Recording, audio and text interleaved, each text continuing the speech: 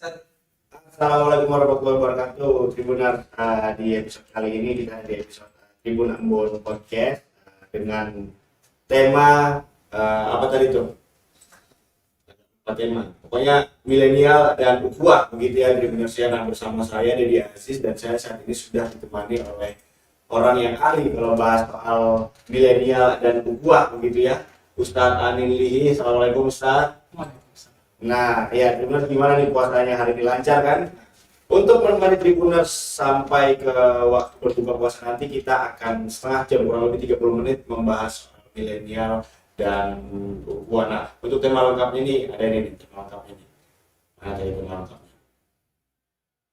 Ini harus dibawa ya handphone ini karena peran orang tua dan ukhuwah anak milenial. Langsung saja Tribuners ya. Ustaz, peran orang tua dan ukhuwah anak milenial itu apa yang terlihat dari tema itu? Ya, memang ini sih sesuai dengan problem yang terjadi juga di masyarakat. Bahwa kalau kita lihat seperti ini, anak-anak itu lebih banyak yang lepas kontrol. Makanya kita sekarang membahas tentang peran orang tua seperti apa, bagaimana dalam Al-Quran melihat itu. Nabi SAW mencontohkan supaya generasi ini menjadi generasi yang baik. Tentu kita ingin pemuda-pemuda kita itu bisa menjadi penerus perjuangan, tapi dalam koridor masih dalam posisi terbangun moral dan akhlak mereka. Tapi kalau ini tidak ada, kita tidak bisa mengharapkan negeri ini menjadi negara yang baik. Ya, kita menjadi misalnya Maluku menjadi Maluku yang baik, yang oleh Allah sebutkan dalam Al-Quran ini baldatun thayyibatun rabbun. Nah, ini hal yang harus kita bahas gitu. Bagaimanakah Nabi menyuruh kita, bagaimana Al-Quran memerintahkan kita supaya kita bisa memperhatikan anak-anak kita sehingga kita menjadi orang tua yang disebut dalam Al-Quran wa kana abuhuma shalih, yaitu bapak yang saleh. Kita menjadi bapak yang soleh ya, itu penting dalam kehidupan karena sampai-sampai Nabi SAW begitu tegas dalam perintahnya. Misalnya Nabi SAW memerintahkan muru auladakum bis-shalah, perintahkan anak untuk melaksanakan salat bahum abna'u sab'ah ketika umur mereka itu 7 tahun. Nah, saking tegasnya itu Nabi sambil suruh kita harus punya otak. Iya. Harus punya otak. Wadribu ma'aihim. Dan kemudian Nabi katakan dan pukullah mereka. Tentu pukulan ini sebagai bentuk pendidikan, bukan berarti kita pukul anak kita kemudian kita benci, tidak. Nah, itu keliru. Juga bukan pukul sampai menyiksa, sampai banting kiri kanan seperti berita-berita yang tersebar tuh. Ada yang pokoknya gila banget kan gitu. Ya, tapi yang pun mendidik.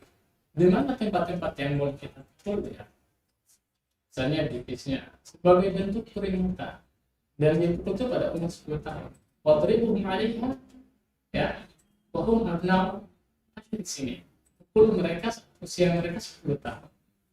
Sebagai bentuk pendidikan, pukul bisnya sambil kita memberikan peringatan, pemberitahuan atau nasihat bahwa siksa Allah di dalam neraka itu jauh lebih berat daripada pukulan yang Bapak berikan sekarang. Menarik Ustaz, tema hari ini saya juga bukan agak sangat tertarik dengan karena kita lihat bahwa tadi Ustaz menyampaikan kita harus berkaca kepada Al-Quran, kembali kepada Al-Quran begitu, istilahnya bagaimana orang tua mendidik anak dengan tuntunan begitu kan. Tapi kita lihat saat ini era teknologi yang begitu maju, kalau mau dibilang lepas kontrol juga sangat mudah sekarang lepas kontrol karena teknologi yang begitu maju, mereka mudah mendapatkan informasi dari mana. Bagaimana Ustaz menanggapi hal itu soal ini gitu? Ya, terkait persoalan teknologi kembangan ya, tentang itu kita tidak bisa pungkiri, itu pasti terjadi karena kita memang harus berkembang. Bukan berarti dengan handphone misalnya karena kekhawatiran orang tua terkait dengan informasi negatif. Apalagi kan sekarang ini kalau YouTube misalnya kita buka saja, yang keluar tuh seperti kita menarik ketika lihat gambarnya gitu. Iya. Jadi banyak. Kemudian juga misalnya games ini juga jadi problem salah satunya. Sehingga di sekolah-sekolah menurut penelitian itu Masya Allah banyak sekali efek samping negatif dari game. Karena memang daya tarik game sangat-sangat luar biasa. Jadi kalau kita lepas kontrol orang tua, artinya kita berikan ke anak kita, tapi jangan lupa kawal dia. Nah kita kan setelah memberikan handphone misalnya, dia main game, bukan berarti kita larang main game, boleh main game sebagai bentuk hiburan. Tapi jangan kemudian game itu menjadi penyebab akhirnya anak kita fokusnya ke game, lupa pada Tuhan, misalnya lupa untuk menjadikan dirinya orang yang cerdas, sehingga dia tidak menjadi orang yang sebagaimana Ali bin Abi Thalib katakan, laisal fata ma yakuta Ali walakin al-fata kebaikan, dia akhirnya takut. Yang dia tahu cuma bisa main game saja gitu ya. Karena realitas kita lihat ya, Bang siapa? Dedi. Bang Dedi ya. Realitas kita lihat di masyarakat, saya menyaksikan sendiri di tempat di mana saya pernah datangi. Anak-anak itu main game Masya Allah, luar biasa. Ya, dari pagi sampai sore. Bahkan berita-berita menunjukkan ada banyak yang efek kemudian samping. syarafnya rusak Iya, gara-gara iya, itu. Nah, mereka itu main game sampai dari pagi sampai siang. Jadi ketika datang waktu sholat misalnya ya, karena ini juga merupakan peran orang tua, bagaimana dia harus suruh anaknya tadi. Dalam Quran disebutkan seperti itu. Ya bunayya wa aqimis shalah, wahai anakku dirikanlah sholat.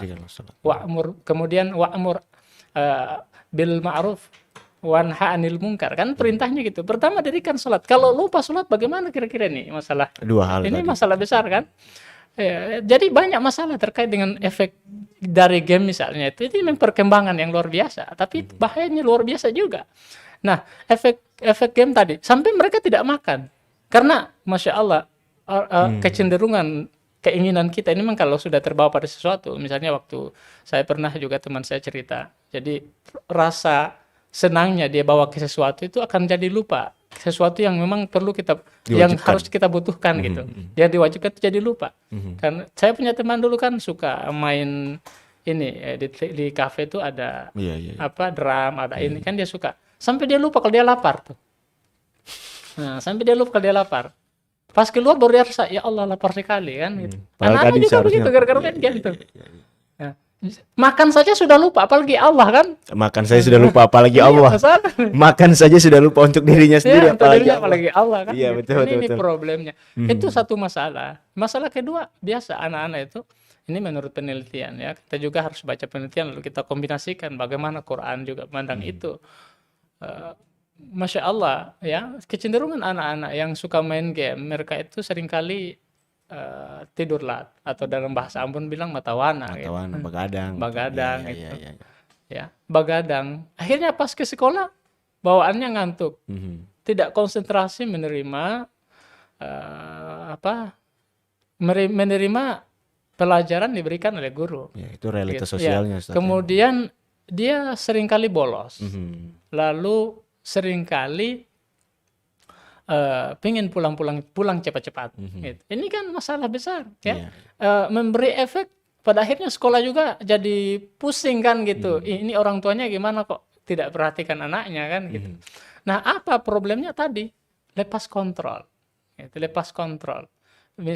Hal lain juga banyak terkait persoalan pacaran misalnya. Kita lihat anak-anak sekarang ini orang tuanya sepertinya lebih senang kalau lihat anaknya pacaran, tapi tidak enak ketika ada laki-laki yang datang melamarnya hanya dengan harga yang murah.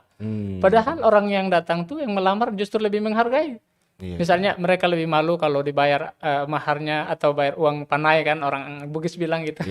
Jadi Ustadz, sebaiknya ini saya potong sedikit, sebaiknya untuk misalnya supaya hubungan itu lebih bagus itu langsung melamar Ustadz ya? Ya bagusnya langsung melamar. Langsung melamar Ustadz ya. Dan orang tua juga tidak boleh mempersulit Ustadz ya? Orang tua mestinya tidak boleh mempersulit, tapi memang perlu dilihat kalau dalam persoalan ini. ya laki-laki yang datang itu juga perlu dilihat. Masya Bukan Allah. semerta-merta Serta-merta. atau serta-merta itu langsung diterima, tapi Iya, dilihat iya, bagaimana akhlaknya. iya, Nah, gitu. Bisakah dia kemudian membimbing anak saya ke depan menjadi lebih baik, iya, atau malah bawa anak saya ke hal yang buruk? Itu juga perlu dipertimbangkan orang tua.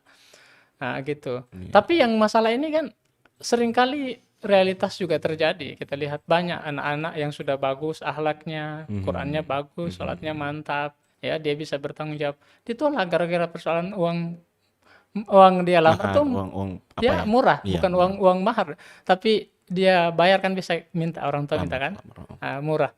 Mereka justru malu gitu. Hmm. Tapi mereka tidak malu kalau anaknya dipacari gratis. Kan dibawa kiri kanan gratis tuh. Mestinya itu lebih malu. Belum lagi dosanya sangat besar. Karena anak, kalau kita belajar terkait persoalan, kita kembali lagi ke sejarah, saya sedikit mau menyinggung persoalan bagaimana Nabi Adam alaihissalam diciptakan dan dia hidup sendiri di surga, gambarannya gitu ya. Dia hidup sendiri. Memang kecenderungan perasaan kita ini karena kita lari ke pacaran lagi, jadi ini juga problem ya. Problem.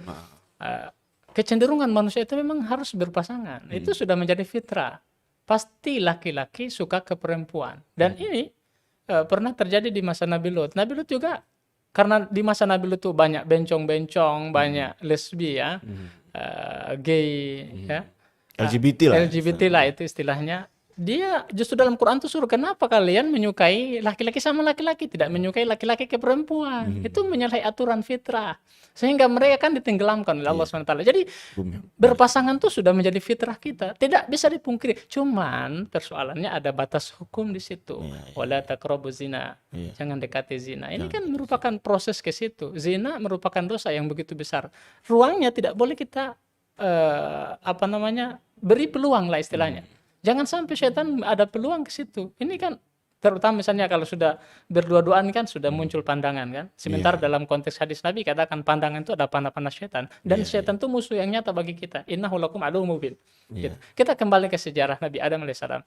Jadi kita punya kecenderungan saling sayang, saling suka antar laki-laki dan perempuan. Jadi Sehingga kita bisa istilahnya menikah gitu. bahasa kerennya itu cinta itu fitrah, Ustaz. Fitrah itu, cinta itu fitrah. Cuman nanti kita bahas sedikit ya.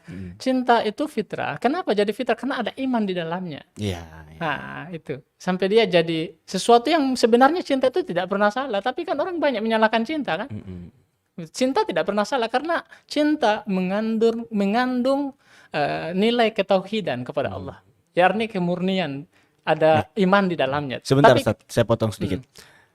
Kenapa saya masuk ke permasalahan itu, karena memang itu yang sekarang kalau berbicara soal anak milenial, permasalahan paling utama itu Ustaz. Kalau saya lihat sekarang ini Ustaz ya, untuk kayak game dan misalnya lain sebagainya itu menurut saya kalau kita kategorikan milenial ini kan usianya dari 14 tahun sampai 30 tahun itu termasuk milenial Ustaz. Termasuk milenial. Nah, permasalahan anak milenial sekarang adalah itu tadi Ustaz.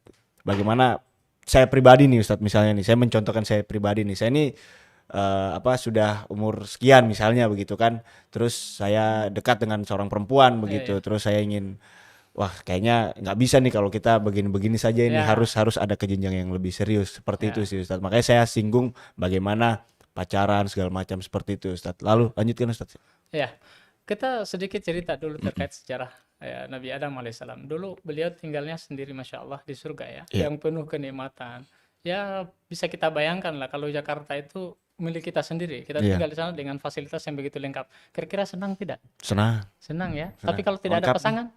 Wah, hidup itu hampa Ustadz. Nah hampa. Kita memang sudah diciptakan harus punya pasangan. Gitu. Khalaqna zaujaha. Nah gitu, diciptakan pasangan untuk menenteramkan hati kita. Kalau dalam konteks Quran itu wa min ayati an khalaqalakum min anfusikum azwaja litaskunu ilaiha wa ja'ala bainakum mawaddatan wa rahmah. Tujuannya supaya kita senang, saling sayang gitu kan. Nah, itu menjadi fitrah. Jadi Nabi SAW saat hidup sendiri ada perasaan, ya Allah, beta ini hidup sendiri kok. Ya Allah pahamlah. Akhirnya apa? Saat beliau duduk di bawah pohon lalu ketiduran, Allah ciptakan kemudian Hawa, seorang gadis yang cantik ya. Lalu saat dia bangun dari tidur, dia lihat, ini ada perempuan cantik nih. Gitu. Dia mau pegang. Nah, begitu yang saya pelajari. Dia mau pegang, Allah menegur. Jangan pegang dulu, bukan muhrim. Bahkan sampai Gitu. seorang Adam yang Allah sendiri ciptakan Hawa untuk dia itu, Ah. Allah langsung tegur, Ustaz. Ya tegur, saya boleh pegang dulu. Gitu. Padahal waktu itu dia masih sendiri kan. Gitu. Artinya konsep hukum belum terlalu luas dibahas. Ya, gitu. Tapi dia sudah diperintahkan oleh Allah tidak boleh sembarangan menyentuh perempuan sebagai bentuk penghormatan kepada perempuan. Tapi kalau sekarang ini kan luar biasa dengan pergaulan yang begitu. Kenapa mesti kita bahas ukhuwah tadi gitu? Karena ada ukhuwah kebablasan. Ukhuwah Ini yang kebablasan. gitu. Iya, iya. Ada ukhuwah kebablasan. Memang kalau kita kaji lebih jauh, ukhuwah ini sangat erat kaitannya dengan persoalan tadi, hubungan pasangan tadi itu. Nah, saat bangun Nabi SAW, Nabi Adam alaihissalam, ya mau menyentuhnya, Allah SWT larang, tidak boleh menyentuh. Dalam konteks Harus- ini Allah langsung mendidik begitu, Ustaz. Pendidik langsung. Tidak boleh sentuh, harus engkau bayar maharnya dulu.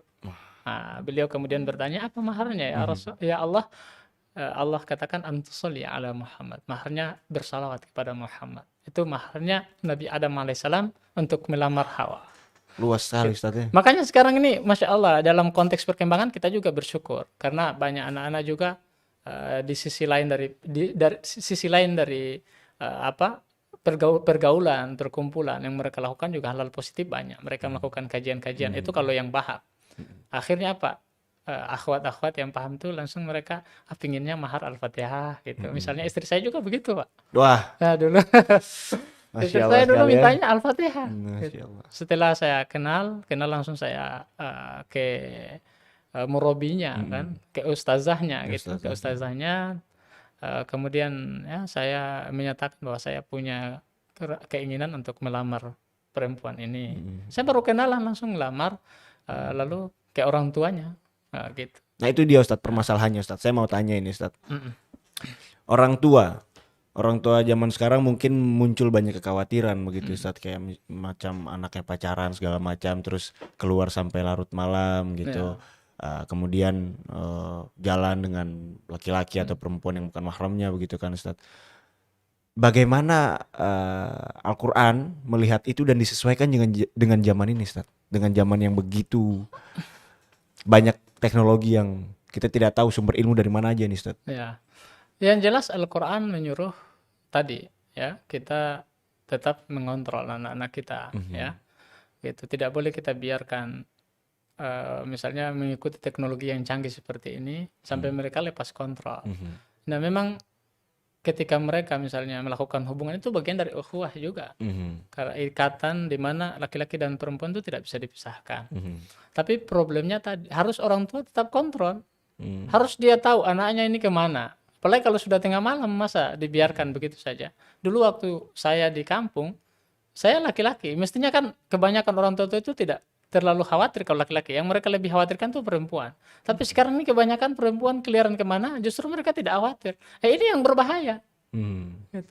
Kan kita harus punya pemahaman lah agama yang baik. Ya, cuma kuncinya satu saja, orang tua itu mesti punya pemahaman agama yang baik. Kalau ini tidak ada, maka rasa kecemburuan mereka tidak ada. Kan orang tua itu mesti punya rasa cemburu, punya dayus kalau dalam konteks agama. Kapan ini tidak ada, maka orang tuanya akan dimasukkan oleh Allah ke dalam neraka karena tidak ada dayus, rasa cemburu terhadap anaknya yang diambil oleh orang, dibawa orang lain. Sementara dia punya tanggung jawab itu, ku anfusakum ahlikum nara. Al-Quran kan memandang, wahai ayyuhalladzina amanu, wahai orang-orang beriman. Itu panggilan khusus bagi kita itu. Umat Islam ini Allah panggil, ya ayyuhalladzina amanu ku anfusakum wa ahlikum nara. Wahai orang-orang beriman, jagalah dirimu dan keluargamu dari siksa neraka. Jangan biarkan anak-anakmu justru rusak di dunia ini. Gitu. Jangan katakan sampai di akhirat, di dunia saja ketika ada persoalan atau ada problem yang dilakukan anak kita, misalnya hamil di luar nikah atau apa gitu ya, kita beristighfar kepada Allah SWT, mohon maaf, itu saya katakan sumalu, itu aib besar gitu. Apalagi nanti di sisi Allah SWT, begitu malunya luar biasa. Nah makanya kontrol kita itu mesti terus. Bagaimana cara mengontrolnya? Kalau kita temani terus kan tidak mungkin. Caranya didik dia gitu. Selalu hidupkan kajian-kajian misalnya di rumah. Kalau bukan di rumah, bawa dia kemana? Di pesantren misalnya. Tapi bukan berarti dia dibatasi untuk belajar yang lain misalnya. Dia boleh belajar yang lain. Tapi pematangan akidah, pematangan konsep-konsep keagamaan itu paling penting untuk membimbing dia. Karena adinu nasihat. Ini kalau tidak ada bahaya. Karena realitas yang kita lihat rata-rata ya orang yang sudah mumpuni konsep-konsep keagamaannya, insya Allah dia terlindungi dengan baik. Ya. Ustadz, bagaimana kita mendidik anak-anak misalnya untuk orang tua ya Ustadz ya, mendidik anak-anak milenial ini begitu tanpa nantinya anak itu merasa terkekang Ustadz. Karena sekarang nih Ustadz, kita lihat bahwa banyak milenial kita itu yang aduh mau kajian, aduh nanti dong suruh beta begini dong, suruh beta begitu. Ih, pamalas sih. Terus juga satu hal nih Ustadz, ini paling sering saya temukan.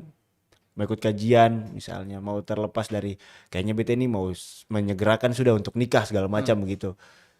Tapi itu tadi Ustadz, masih apa ya, terkekang begitu, merasa terkekang dalam belajar begitu atau dididik dari orang tua maupun dari kajian-kajian tertentu itu. Bagaimana Ustadz supaya katong ini milenial yang merasa terkekang begitu? Sebenarnya didikan ini harus dari kecil ya. Kalau sudah besar tuh anak-anak sudah punya pikiran luas. Iya. Nah, ini problemnya. Maka kalau konteks didikan Ali bin Abi Thalib ya, kita sejak kecil anak-anak kita jadikan sebagai raja. Artinya contoh-contoh yang baik, kalaupun mereka melakukan hal-hal yang tidak, misalnya menyuruh kita untuk melakukan sesuatu, ya kita harus berikan contoh yang baik. Ini memang yang agak sulit yang bisa kita lakukan ya. Karena kalau contoh itu sudah terbangun dari kecil, maka besar kita tidak kesusahan. Dia justru merasa ringan ya. Tapi perlu diketahui bahwa kebaikan itu memang ada tantangan-tantangan yang harus kita hadapi. Ibarat pohon, iman itu seperti pohon, semakin tinggi maka semakin besar tantangan yang dihadapi. Semakin besar angin atau kuat angin yang menerpa. Ya, seperti itu memang. Jadi sebelum dia jadi, artinya pohon itu kan juga kalau kita lihat filosofinya, kalau dia sudah besar agak berat kita erok kan. Tapi waktu masih kecil tuh gampang sekali kan kita erok. Miringkan, gitu. Makanya dari kecil tuh sudah harus dididik. Bahkan sejak dari kandungan memang sudah kita harus sudah berikan contoh yang baik. Kita sering baca Quran. Jadi kita kalau insya Allah sudah lakukan itu aman lah gitu. Tinggal kita bagaimana membimbing terus, memberitahukan ya. Nah begitu, ini problemnya orang tua barangkali tidak melakukan kontrol saat dia masih kecil ya, tidak melakukan didikan, dia biarkan ya. Contoh kecil saja, kita begitu bangga anak-anak kita yang masih kecil tuh kalau dia tahu joget kan gitu. Nah, padahal kita tidak tahu itu merupakan jalan nanti ketika besar kita akan kesulitan untuk mendidik dia, karena yang dia ingat mana pesta yang ada di situ dia pi. Landok ya Ustaz ya. Nah, itu. Nah, ini problem. Tapi kalau sudah terdidik sejak kecil, besar pun dia tahu. Oh, dia tak ambil yang mana ini? Kalau orang ambil, kita ambil yang mana? Nah, saya ambilnya yang mana? Itu yang terbaik. Bahkan dia ketika memutuskan untuk memilih sesuatu, dia akan memberi peluang kepada orang tua untuk memusyawarahkan apa yang dia mau. Itu baiknya kenapa pendidikan itu sejak kecil harus kita berikan. Gitu. Dan kita memang harus jadi contoh. Nabi SAW itu uswah hasanah, contoh yang terbaik. Apa yang dilakukan oleh Rasul? Perilaku beliau, bukan kata-kata beliau. Kalau kata-kata ini orang cenderung melawang, tapi perilaku kita, perbuatan kita itu yang harus kita contohkan. Seperti itu Rasul SAW lakukan. Gitu. Tapi banyak orang kadang-kadang berkata, itu kan Nabi, tentu Nabi berhasil. Tapi Al-Quran memberi contoh yang bukan Nabi, anaknya soleh-soleh, luar biasa. Ya, misalnya Maryam itu bukan Nabi, gitu. Tapi beliau anak yang soleh karena memang sejak kecil dididik oleh Allah oleh ayahnya Zakaria. Itu dididik sejak kecil, gitu. Atau Luqman Hakim anaknya, luar biasa kan? Ya bunayya la tusyrik billah inna syirka. Dia sejak kecil sudah dididik. Wahai anakku, jangan engkau berbuat syirik. Maksudnya menduakan Allah SWT. Itu misalnya itu sudah diberikan Ismail sejak kecil juga, ya. Ustaz, ya. Ya, Ismail juga itu Nabi ya. Diberikan sejak kecil sudah dididik. Cuman didikan Nabi ini memang berbeda dengan kita karena mereka langsung diberikan oleh Allah SWT. Gitu. Cuman dari kecil sudah dirawat. Tuh kalau Nabi itu kan sejak kecil sudah dirawat oleh Allah itu. Sudah dijaga, ya. Memang beliau hidup tanpa orang tua, tapi Allah merawat dia. Sehingga ada kisah misalnya malaikat Jibril alaihissalam membelah dadanya untuk membersihkan satu gumpalan setan, ya, yang menjadi jalan setan itu mempermudah menggoda kita. Gitu. Sekarang ini luar biasa ya. Mungkin pelajaran tentang konteks keagamaan ini belum tersebar dengan baik ya untuk sebagian orang tua sehingga mereka merasa acuh. Ataupun barangkali waktu mereka masih muda, justru aktivitas mereka bukan pada misalnya mendengarkan kajian-kajian keagamaan, tapi ada aktivitas lain. Nah, sehingga mereka lupa diri mereka sendiri. Saya sudah tidak bisa bimbing, apalagi anaknya nanti. Nah, itu dia Ustaz. Nah, ini problem terkadang kalau orang tua yang paham, ketika ada laki-laki yang melamar, dia lihat, dia bisa kasihnya. Itu kalau laki-laki yang orang tua yang paham. Tapi kalau yang tidak paham, sudah kasih tinggal saja. Nah, iya. Kayak gitu. Ini makanya saya juga sedang memperbaiki diri nih Ustaz, supaya saya bisa Ustaz Insyaallah. doakan Ustaz ya supaya Amin, bisa menyegerakan untuk Artinya kita semua belajar. iya Ustaz. Ana juga, Ana baru menikah sekitar hampir 2 tahun, ya sudah punya 2 anak, sudah 2 tahun ya istilahnya, sudah 2 tahun lah, sudah punya 2 anak.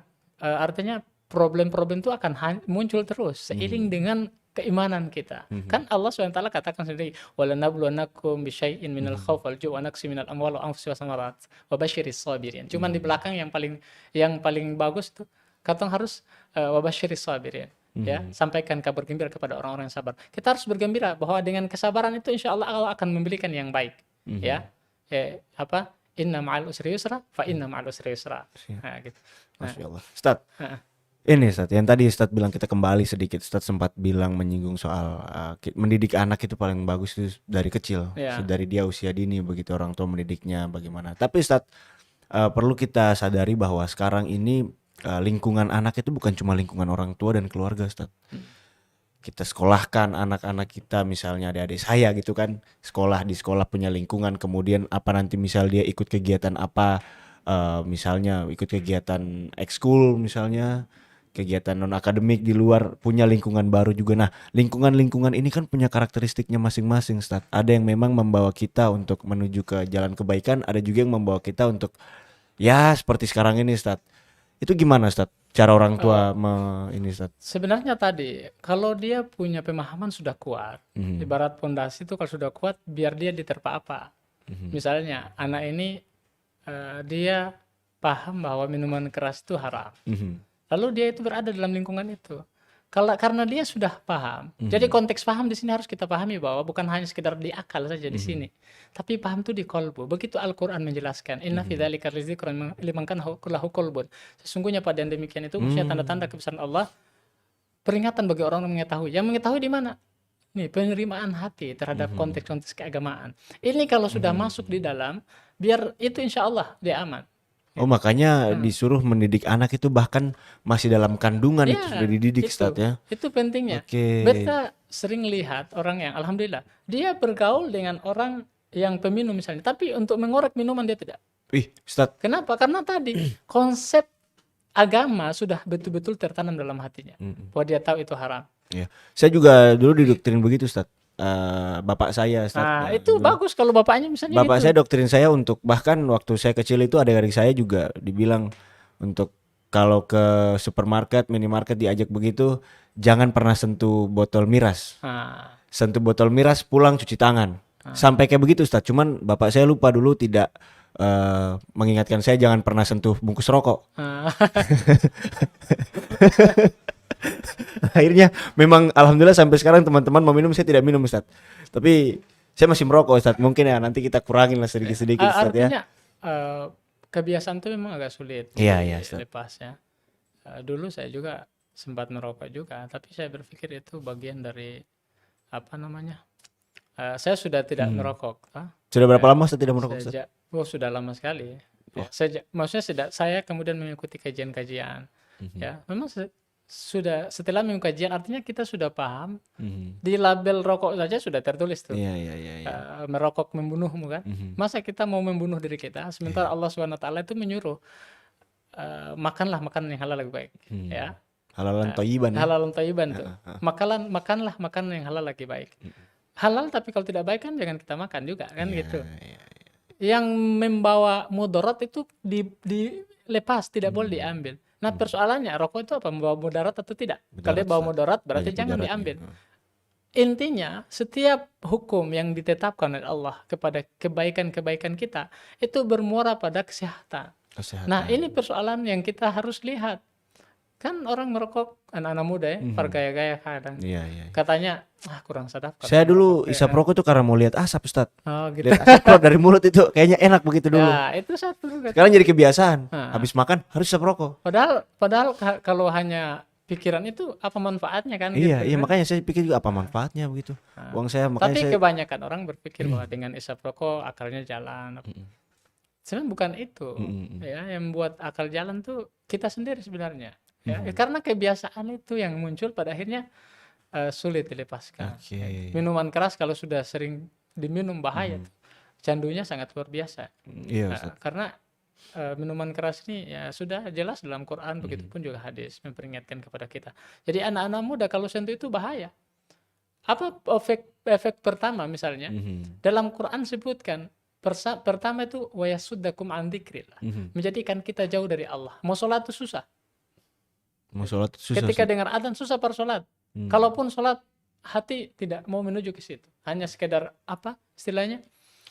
Memenuhi supaya dilihat orang. Iya. Sholat itu. Kemudian apa? Ba'duhum li ba'din zahir. Artinya suka bakalai. Mudah diprovokasi. Mudah terpancing emosinya, terpancing Ustaz. emosi. Ya. Nah, itu problemnya juga. Itu kayak saya lihat sifat-sifat syaitan itu, Ustaz. Nah, makanya innahu lakum adumun. Apa namanya itu apa? Apa? Min amali syaitan, perbuatan syaitan. Fajtanibul la'allakum turhamun kan diperintahkan maka jauhi supaya engkau mendapatkan rahmat. Ya, makanya dikatakan bahwa alkohol atau minuman keras Hammer itu minuman setan, Ustaz. Makanya saya ingatkan untuk teman-teman saya yang masih, kita semua lah, Ustaz ya, yang masih misalnya terjerumus dalam minuman keras itu. Janganlah lagi minuman keras, karena kalau Anda minum minuman keras, setan mau minum apa begitu, Ustaz ya.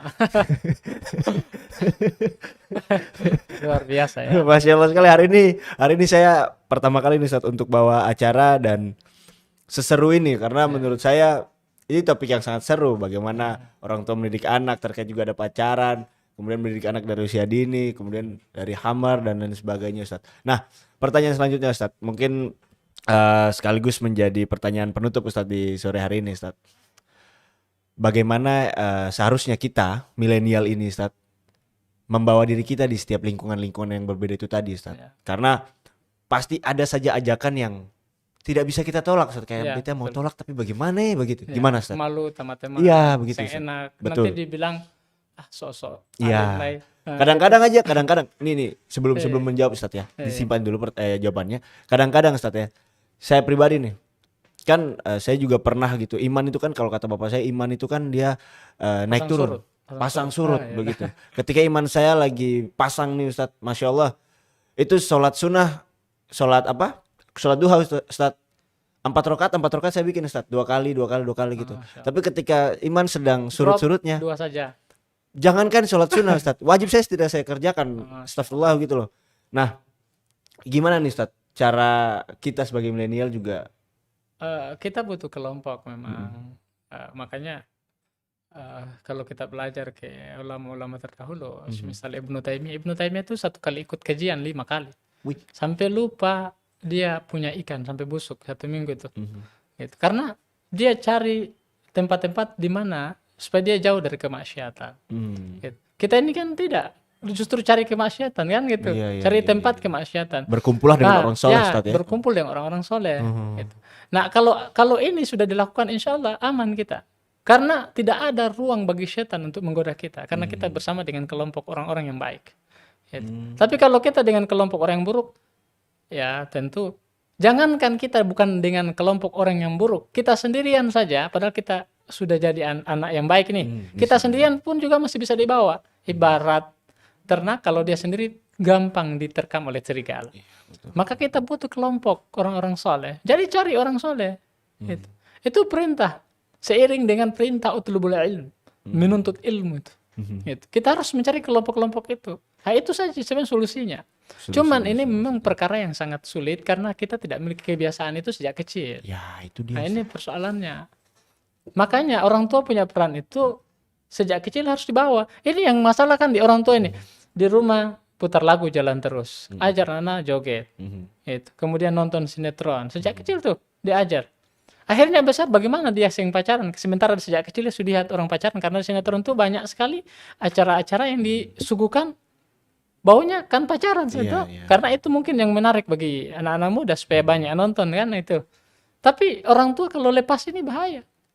Misalnya di YouTube, orang tuanya lepas nonton apa saja boleh. Mestinya kan dikontrol. Yang ini tidak boleh nak, ambil yang ini, nonton ini, nonton ini, nonton ini, kan gitu.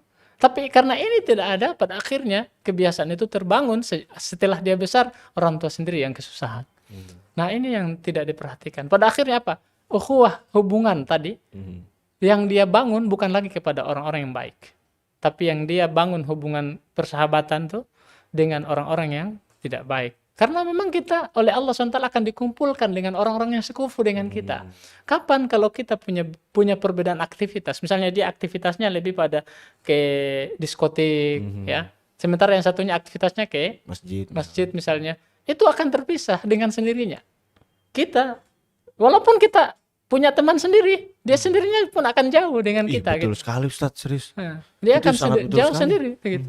Karena memang Allah tidak akan mungkin mencampur adukan antara yang hak dan batil. Gitu. Makanya tidak cocok Al-Quran dicampurkan dengan hal yang batil. Tidak cocok. Al-Quran adalah cahaya. Dan ketika masuk ke dalam tubuh seseorang, maka orang itu akan bercahaya pula. Ya, karena dia bercahaya tidak akan mungkin gelap bisa masuk ke dalamnya. Kalau gelap masuk, pasti terang hilang. Kan realitasnya gitu. Lampu mati tuh Ustaz. Ya, lampu mati pasti terang kan ada. Iya. Di manakah terang? Tapi ketika terang dinyalakan, kayak ini tadi sampai ketong kelihatan ya. Iya. Dan tadi ketong gelap, sekarang ada lampu, siap, alhamdulillah siap, langsung siap. terang toh. Alhamdulillah. Kan begitu. Konteksnya begini. Kebenaran, kebaikan, kebatilan itu sangat bertolak belakang. Kebatilan adalah sesuatu yang gelap. Makanya dalam Quran tuh kita sebenarnya diberikan peluang. Dalam Quran surat Asy-Syams misalnya, fa'alhamaha fujuraha wa taqwaha. Allah itu ilhamkan terkait sifat fujur dan takwa. Sekarang kita mau pilih yang mana? Gitu, sama konteksnya begitu. Mau pilih terang atau mau gelap? Ketika kita disuguhkan dengan minuman keras dan susu, mau pilih yang mana? Susu atau minuman keras? Susu saya. Ya, orang kan pilih minuman keras supaya lebih keren. Iya. Padahal kalau dia minum susu sehat Supaya bisa hatinya. bagoyang katanya Ustaz. Supaya bisa bagoyang. Nah, itu sedikit contoh insyaallah. Ya, Masya Allah. Ya, terima kasih Ustaz. Ya, mungkin segitu Ustaz ya pembahasan kita hari ini. Sebenarnya ini topiknya masih panjang sekali Tribuners ya. Berbicara soal bagaimana peran orang tua mendidik anak milenial di zaman sekarang ini, wah luas sekali. Tapi waktunya tidak cukup karena ini sudah mau menjelang waktu berbuka, meskipun masih 1 jam lagi Ustaz ya waktu berbuka ya. Namun apa yang saya tangkap adalah bagaimana kita anak-anak milenial ini harus sama-sama berkumpul atau mencari perkumpulan orang-orang soleh, berkumpul dengan orang soleh. Kemudian juga untuk orang-orang tua, bagaimana harus mendidik anak itu sejak masih dalam kandungan Ustaz ya, dididik bagaimana untuk mengenal lebih dekat dengan Tuhannya begitu, dengan Allah Subhanahu wa taala begitu. Nah, satu yang ingin saya sampaikan bahwa untuk ini ya perempuan yang sekarang sedang dekat dengan saya nih Ustaz. Insyaallah dalam waktu dekat, kalau ini ya Ustaz, doakan Ustaz Insyaallah, ya. amin. Supaya saya bisa menyegerakan begitu Ustaz. Amin. Bismillah insyaallah. Itu justru lebih bagus. Iya, justru bagus ini saya sudah lebih dapat. terjaga. Iya, Masya Allah. Ya, oke Tribuners, terima kasih sudah menyaksikan Tribun Ambon Podcast episode hari ini nih, episode yang sangat seru sekali. Jangan lupa terus pantengin portal kita di www.tribunambon.com. Kita juga ada di YouTube dan Facebook serta Instagram dengan nama yang sama. Saya Dedi Aziz bersama Ustadz Anin Lihi. Pamit undur diri. Wassalamualaikum warahmatullahi wabarakatuh. Waalaikumsalam. Terima kasih sudah nonton. Jangan lupa like, subscribe, dan share ya.